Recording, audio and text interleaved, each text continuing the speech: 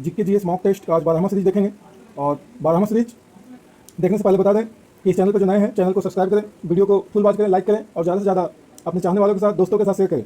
चलिए देखते हैं जीके जीएस मॉक टेस्ट का सीरीज 12। पहला प्रश्न है, जामा मस्जिद का निर्माण किसने कराया?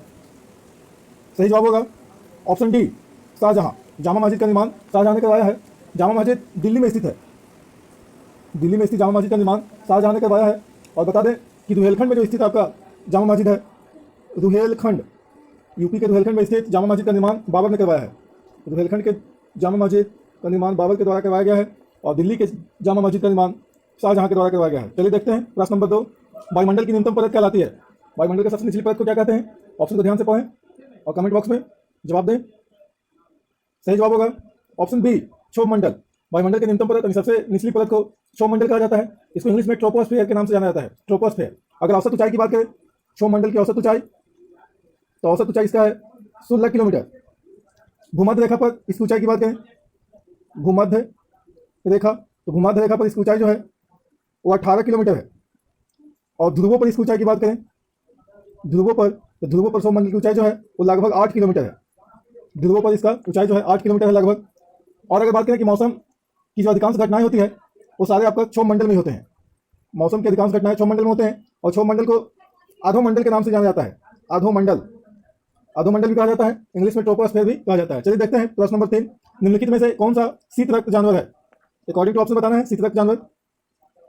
सही जवाब होगा ऑप्शन डी, उपयुक्त सभी। छिपकली, मेढक, मछली, ये तीनों जो है आपका शीत रक्त यानी कोल्ड ब्लडेड जंतु है।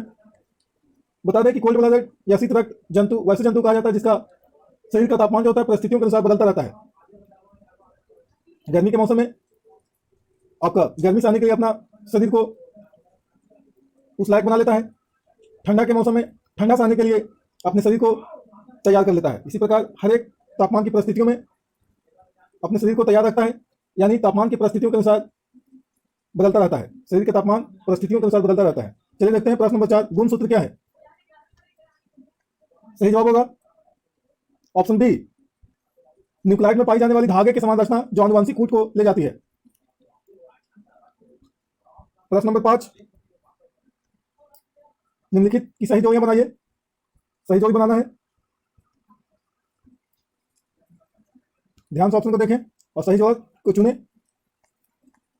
सही जवाब होगा इनमें से कोई नहीं, जो ऑप्शन नहीं दिया हुआ है इनमें से कोई नहीं,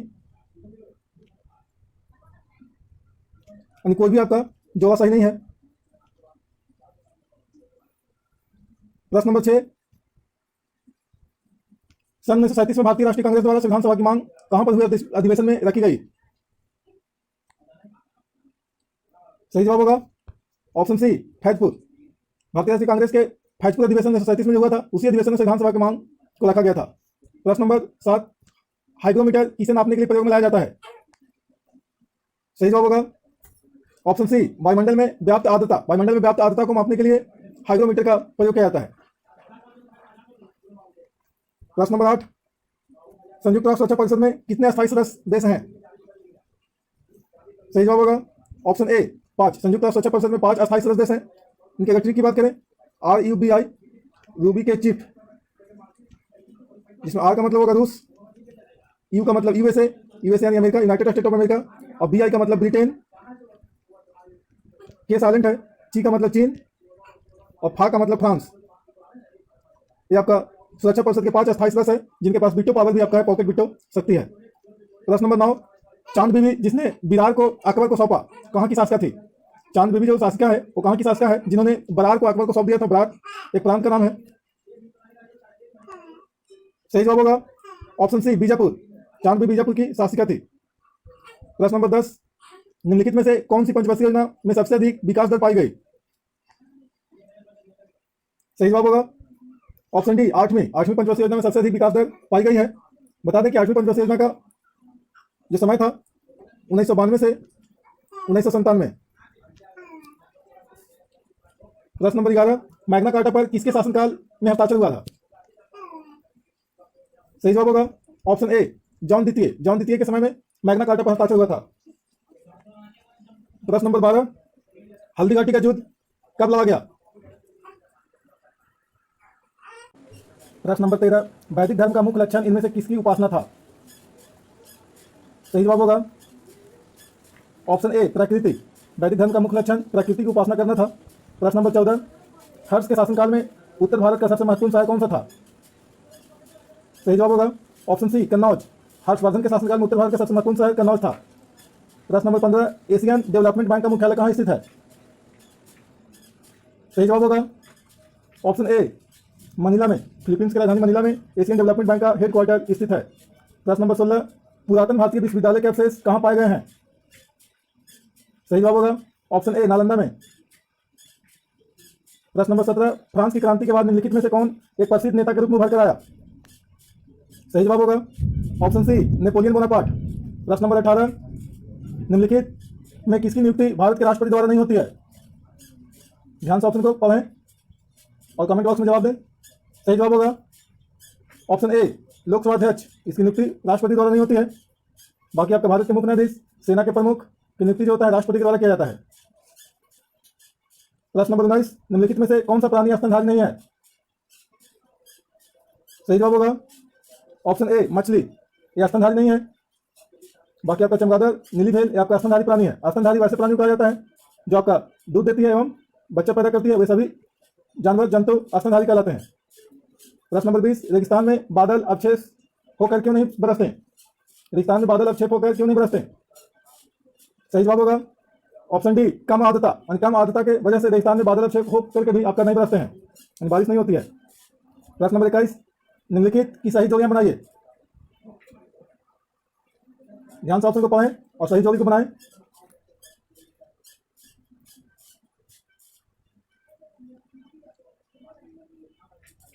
सही जवाब होगा ऑप्शन ए 3 1 4 2। 3 1 4 2 जो है ये आपका सही जोड़ी है, यानी ए का 3 होगा संविधान राज्य आंदोलन, महात्मा गांधी। बी का भारतीय गृह यानी होम रूल शासन, ये आपका 1 होगा बीजी तिलक यानी बाल गंगाधर तिलक। सी का आदर्श परिमित नेता, इसका आपका होगा जीके गोखले यानी गोपाल कृष्ण गोखले। और आपका डी का ब्राह्मण समाज, इसका 2 नंबर होगा राजा राम मोहन राय। इस प्रकार से ऑप्शन ए जो है आपका सही है। प्रश्न नंबर 22, पुरस्कार से संबंधित क्षेत्रों की निम्नलिखित जोड़ियों में कौन सी जोड़ी सही नहीं है? सही जवाब होगा ऑप्शन सी पुलित्जर पुरस्कार धर्म में विकास, ये आपका सही जोड़ी नहीं है। बाकी सही जोड़ी सब है। बुकर पुरस्कार साहित्य से संबंधित है, साहित्य के क्षेत्र में दिया जाता है। कलिंग पुरस्कार विज्ञान की प्रसिद्धि के लिए दिया जाता है। बोरलॉग पुरस्कार कृषि के क्षेत्र में दिया जाता है। प्रश्न नंबर 23, निम्नलिखित में कौन सी नदी विंध्या और सतपुड़ा पर्वत श्रृंखला के मध्य से गुजरती है? यानी विंध्याचल पर्वत और सतपुड़ा पर्वत श्रेणी के बीच से होकर बहती है।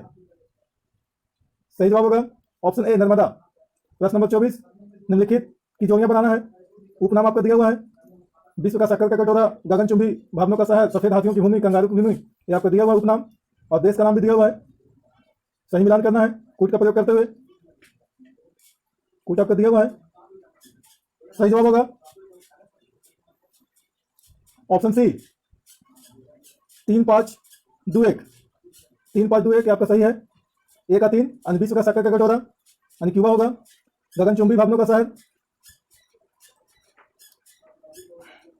ये आपका गगनचुंबी भावनों का शहर जो होगा वो न्यूयॉर्क को कहा जाता है। सफेद हाथियों की भूमि जो है वो आपका थाईलैंड को कहा जाता है। और कंगारू की भूमि जो है ऑस्ट्रेलिया को कहा जाता है। इस प्रकार से सही जवाब आपका ऑप्शन सी है 3 5 2 1।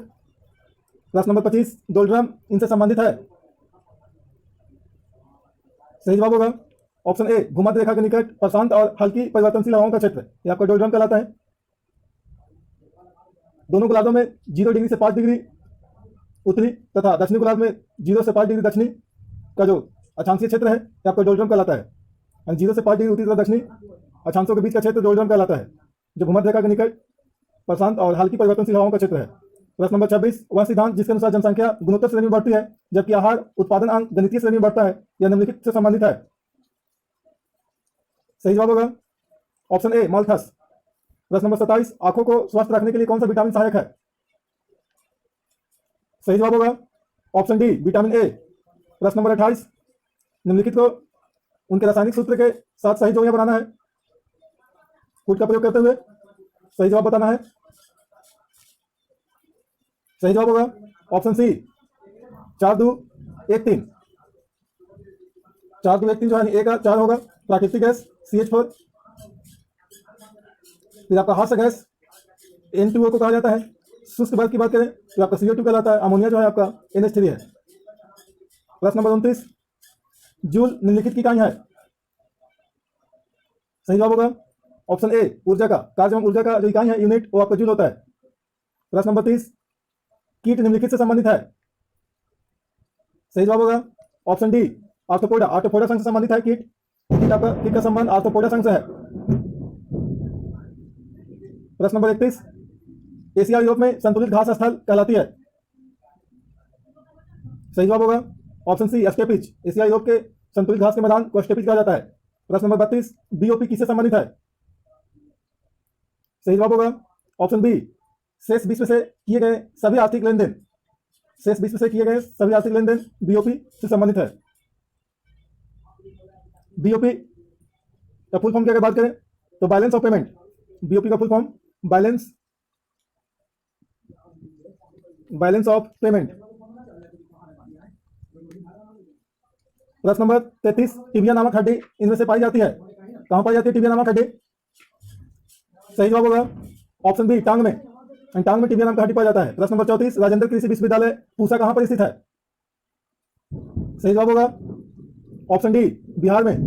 प्रश्न नंबर 35, मूलभूत संविधान के किस भाग में राजलोक कल्याण की संकल्पना सम्मिलित की गई है। सही जवाब होगा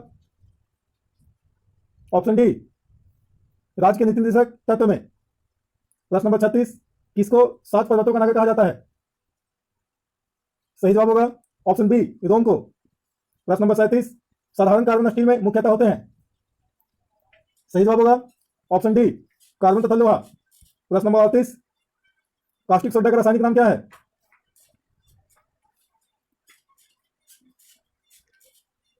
सही जवाब होगा ऑप्शन डी, सोडियम हाइड्रोक्साइड। प्रश्न नंबर 39, मानव बम विस्फोट से राजीव गांधी की मृत्यु कहां हुई थी। सही जवाब होगा ऑप्शन सी, श्रीपेरुम्बदूर में। कमेंट बॉक्स बताएं श्रीपेरुम्बदूर किस राज्य में स्थित है। प्रश्न नंबर 40, एक अंतरिक्ष यात्री अंतरिक्ष यान में से सूर्य से दूर आकाश को खाली स्थान रंग के रूप में देखता है। किस रंग के रूप में देखता है आकाश को एक अंतरिक्ष यात्री। अंतरिक्ष यात्री को आकाश का रंग कैसा दिखाई देता है। सही जवाब होगा ऑप्शन डी, काला। प्रश्न नंबर 41, केनान शब्द खाली स्थान से संबंधित है। कैनन शब्द का संबंध बताना है। सही जवाब होगा ऑप्शन डी, हॉकी। कैनन शब्द का संबंध हॉकी से है। प्रश्न नंबर 42, नाइट्रोजन यौगिकीकरण के लिए निम्नांकित कौन सी फसल सहायक है। सही जवाब होगा ऑप्शन सी, बीन्स। बीन्स का फसल जो है वो नाइट्रोजन यौगिकीकरण के लिए सहायक होता है। वायुमंडल से नाइट्रोजन को लेकर के नाइट्रेट में बदल देता है, मिट्टी को प्रदान करता है बीन्स फसल, जिस प्रकार से दलहन फसल करते हैं। प्रश्न नंबर 43, चंद्र ग्रहण पर घटित होता है। सही जवाब होगा ऑप्शन बी, पूर्णमासी के दिन। चंद्र ग्रहण पूर्णमासी के दिन घटित होता है। प्रश्न नंबर 44, ब्लैक पैगोडा खाली स्थान में है। सही जवाब होगा option C, Konark. Black pagoda Konark में है। ये उड़ीसा राज्य में कोणार्क मंदिर है जिसको ब्लैक पैगोडा के नाम से जाना जाता है। यह सूर्य देवता का मंदिर है। प्रश्न नंबर 45, बाडियार खाली स्थान के शासक थे। सही जवाब होगा ऑप्शन ए, मैसूर का देसी राज। बाडियार मैसूर के देसी राज के शासक थे। प्रश्न नंबर 46, मायोपिया से क्या तात्पर्य है। सही जवाब होगा ऑप्शन बी, निकट दृष्टि दोष से। मायोपिया निकट दृष्टि दोष को ही कहा जाता है और इस दृष्टि दोष को दूर करने के लिए ऑप्टल लेंस का प्रयोग किया जाता है। हाइपर मायोपिया, हाइपर मेट्रोपिया की बात करें तो दीर्घ दृष्टि दोष को, दूर दृष्टि दोष को हाइपर मेट्रोपिया के नाम से जाना जाता है और मायोपिया निकट दृष्टि दोष को कहा जाता है। प्रश्न नंबर 47, टेलीफोन लाइन में प्रवाहित ऊर्जा है। सही जवाब होगा ऑप्शन बी, यांत्रिक ऊर्जा। प्रश्न नंबर 48, हीरे रात में क्यों चमकते हैं। सही जवाब होगा ऑप्शन बी, उच्च अपवर्तनांक के कारण प्रकाश की किरणें आंतरिक रूप से परावर्तित होती है, इसलिए हीरे रात में चमकते हैं। प्रश्न नंबर 49, तालों और कृत्रिम जलाशयों में मत्स्य प्रजनन प्रक्रिया खाली स्थान कहलाती है। सही जवाब होगा ऑप्शन डी, पीसीकल्चर। तालों और कृत्रिम जलाशयों में मत्स्य प्रजनन प्रक्रिया को, मत्स्य पालन की प्रक्रिया को पीसीकल्चर कहा जाता है। मत्स्य का मतलब मछली होता है, मछली प्रजनन की प्रक्रिया पीसीकल्चर कहलाती है।